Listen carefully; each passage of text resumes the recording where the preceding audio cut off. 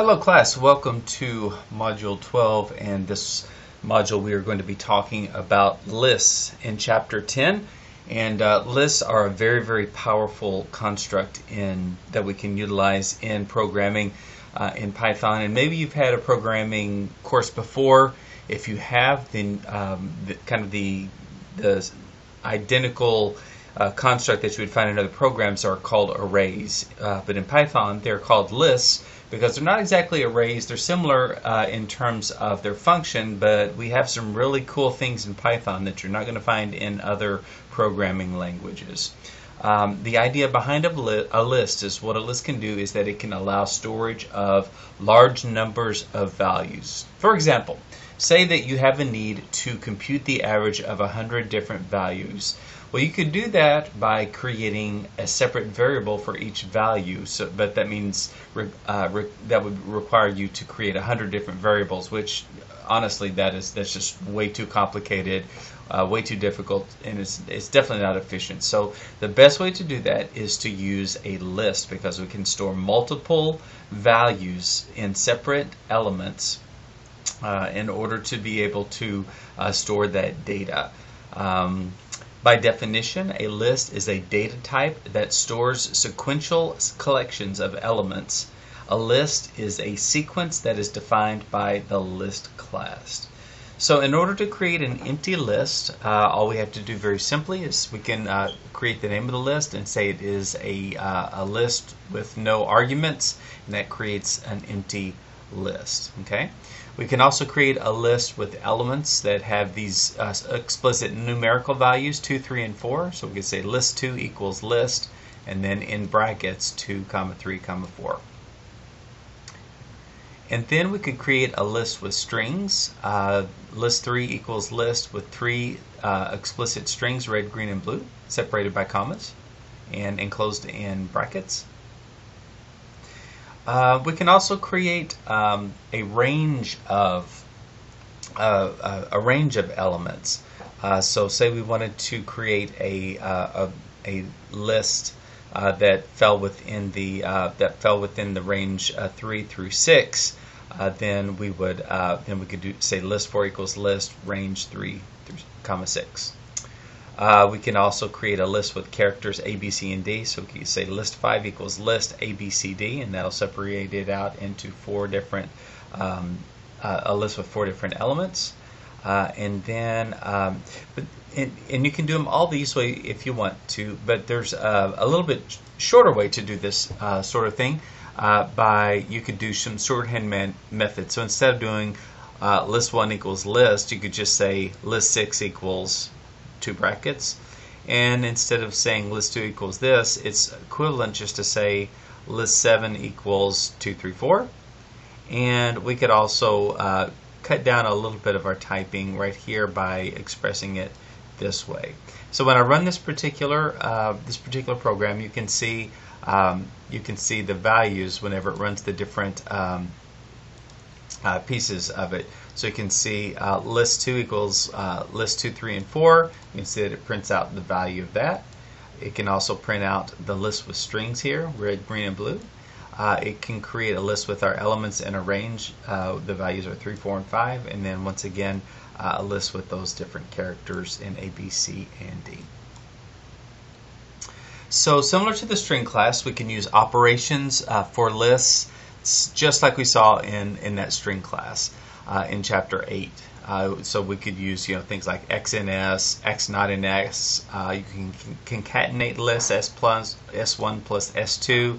You can do the multiplication to do say if we had a list named s, you could do it 3 times, and you could print out that list 3 times in a row. You could look at the specific element in a list. And you think of a list, each of these pieces is an element. So red is the first element. Actually, it is 0 based, so it's the 0th element. Green is the first element, and blue is the second element. These are all elements within a list. You can also use the length function to find out how long a list is. You can also use a for loop to traverse elements from left to right in a for loop. So all of these things that you can do with just like you can with string classes, you can do the same with lists. And also, Python does have several built-in functions that you can use for lists. And so let's look at this. So we want to import random, so we can randomly generate, do some random things with our program. And we want to say list1 equals these values: 2, 3, 4, 1, 32. Okay. So what we can do is we can use the length function to print out what is the length of list1. We can also sum up all the values in this list by using the sum. And then we can shuffle the values in the list. And this is very different from what you might see in Visual Basic or Java. You can actually shuffle the elements within a list. Okay, so let's run this and see what happens here. Yeah, we'll save it. Alright, so the first thing is that the length of list1 is 5. So we have 1, 2, 3, 4, 5 elements. So yeah, that's correct. If we sum up all of these numbers, it equals to 42, and that's correct. And then random shuffling list1, you can see here the order is 2, 3, 4, 1, and 32, and over here it's 4, 3, 1, 2, 4, 1, 3, 2, 32. So it has done a random shuffle of the list items. So these are some of the functions that you can use in lists, and it's really, really powerful, a lot more powerful than you might find in Java or other languages. Also, you can access any element in a list through its index, and the index basically is the number that it is in the list. But just a kind of a gotcha as a reminder, list indices are 0 based. So the first element index is always 0. So in this list where the values are 1, 3, 5, 4, 6, 7, the 1 is index 0. This is index 1, 2, 3, 4, and 5. Okay? And so if we wanted to print out the value of index 2 in my list, you can do my list and then 2 in brackets, and what it's going to do is it's going to print out the value of the second element, so that'll be 5. Okay. You can also overwrite list elements, which is really powerful. You can't do that in other languages using a little for loop. So you could say for I in range for as long as for the length of my list, say the current index in my list is equal to I, and then print my list I. Okay, so you can overwrite list elements there. So what this is going to do is it's going to just overwrite in that for loop the values of my list. One thing that can be a gotcha whenever you are iterating through lists is that you don't want to try to access a list index that doesn't exist, because then you'll get an index error. So try using a length mylist -1 to avoid this. So check this out. I equals 0, and while I is less than the length of my list, print my list of the ith element, and then increment I by 1. Okay? So let's see what happens when we run this program. Okay? So we can look at our different functions that we have in this, and yes, the value of index 2 in my list is 5, so that's correct. All right, and then what we've done is we have printed out the and set the value. We've overwritten the value, these values in that list here by the current value of I. So 0, 1, 2, 3, 4, 5. And then we've done the same thing here by incrementing the value of I into this list. So we could also say maybe I equals 4, and let's see what that would look like. Okay, and so what we've done is we said since it's only a 5 index list, it only processes the last 2. Which is interesting to know. So you can iterate through an entire list, or you can iterate through just part of that particular list. Same as strings, you can also slice lists similar to strings. And so here we've declared a list with these values in it. And then what we want to do is we want to print list1 starting at element 2, which is going to be 4, okay, and cut off everything starting with the 4th element. Okay, so we want to say print list 1 2 colon and then 4, and so what it's going to do is it will print out list 1 from the 2nd element, and then it'll cut off everything starting with the 4th element. Now you can also combine lists using the plus operator. We'll define a list as list 1 is 2 and 3, list 2 is 4 and 5, and then we can say list 3 equals list 1 plus list 2, and then it'll show you that list 1 and list 2 combined is, and then print out list 3. You can also iterate through a list, one element at a time. So for u in list 3, print the value of u, and it'll iterate through that list. So let's see what happens when we run all this code. Okay. So we see first here we've printed out just starting with the 4th element, starting with the 2nd element, and going through cutting everything off after the 4th element, and we can see the value of that is 4 and 5. Okay, and then we whenever we combine these two lists and print them right here and print them out, then we get 2, 3, 4, and 5. That's the value of list 3.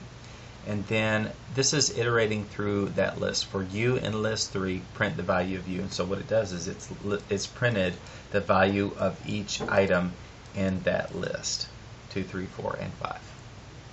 So this is how we iterate through a list. Now lists do have various methods for manipulating the elements within a list. Say for example, we declare a list with these values in it. And say we want to add a value to the end of the list. Well, if we were dealing with arrays in Java, we couldn't do that because lists or arrays in Java have a specific length, and we can't change the length without creating a new array. Well, in Python, that's not the case. We can just append a value to the end of the current list, and it'll show up. We can also list the count of values in a list, and so what this does is we say list1.count, show me how many times the value 4 appears in the list, and that is twice, so we should see 2 whenever this code comes up. Another way for us to concatenate lists is through the .extend method. We declare a list here, 99 and 34, and we can say extend list 1 by putting list 2 at the end of it, and then print out list 1. We can also insert values in the middle of a list, and so say for example we wanted to insert the value of 25 at the position of index 1, we could do list1.insert 1, 25, and then we'll see. So let's run this code and see what it looks like. Okay, so again at the beginning here we have appended 19 into the list, and then we have listed the count of 4 in the list, and we know that 4 appears twice, so that's correct. Okay, and then we have extended list 1 to include the values of list 2, and you can see that's the value there. And then we've inserted the number 25 at position of index 1 for our list, and so now our list has been modified so we can see this. So very, very powerful in what we can do with lists and manipulating those values. Identically to the string class, you can also use the split method to split items from a string into a list. So you could just declare a list called items equals this string Jane, John, Peter, and Susan dot split, and then when we print it out we'll see a list that has each of these as separate pieces. We can also, as separate elements, we can also split a string based on a specific character. And so looking at a date, for example, of September the 30th, 2016, we can split it based on this particular character, the /, and then print it out, and we'll see what happens. Alright, so when we run it, we see that items was split into 4 different elements in our list, and then also we see that based on this this particular character, we've split this string into a new list that is split on 9/30 in 2016. So split method can help us really to do some really cool stuff. We can also prompt a user to enter values for a list, and this particular item helps us to separate it by spaces. So say for example we want to create a new list called S, input 5 numbers separated by spaces from one line, okay? And then based on the user input we want to declare a new list called items, and we're going to split the string by using the s.split method, and then we're creating a new list called LST. And so what we want to do is we want to evaluate the current character, the current element for all the elements in the items string, and then we want to print it out. So let's run this before we talk about the next. That way we can kind of see how it works. Okay, so right now we're going to enter 5 numbers separated by spaces. So 1, 2, 3, 4, 5. Alright, and we can see that what it's done here is it has separated, based on that space, those numbers into a brand new list, okay, that we've prompted the end user for. So that's how you get input from a user and separated by spaces to be able to create a brand new list. Now you can also copy the value of one list to another, just like you can with strings, with the string class. But remember that these lists will have separate reference values in memory, identically as strings. And so say for example we want to create list 1 with these values, and an empty list 2 is empty, and then we just say let the value of list 2 be equal to what's in list 1 already, and then print out list 2. Well, you can see when we do that, what happens is we copy list 1 to list 2, and we can see that the value has indeed been copied over. Okay. You can also pass lists to functions, and so in this particular program we've defined a main method called main, and we've just said this new list called x is equal to 1, 2, 3, and then we do a method call where we pass the x list to a function called m.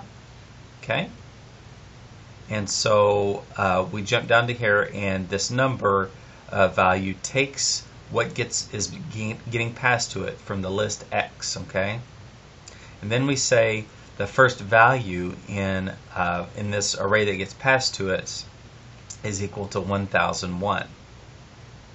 Okay, and so what we're doing is we're changing the first value in this array to 1001.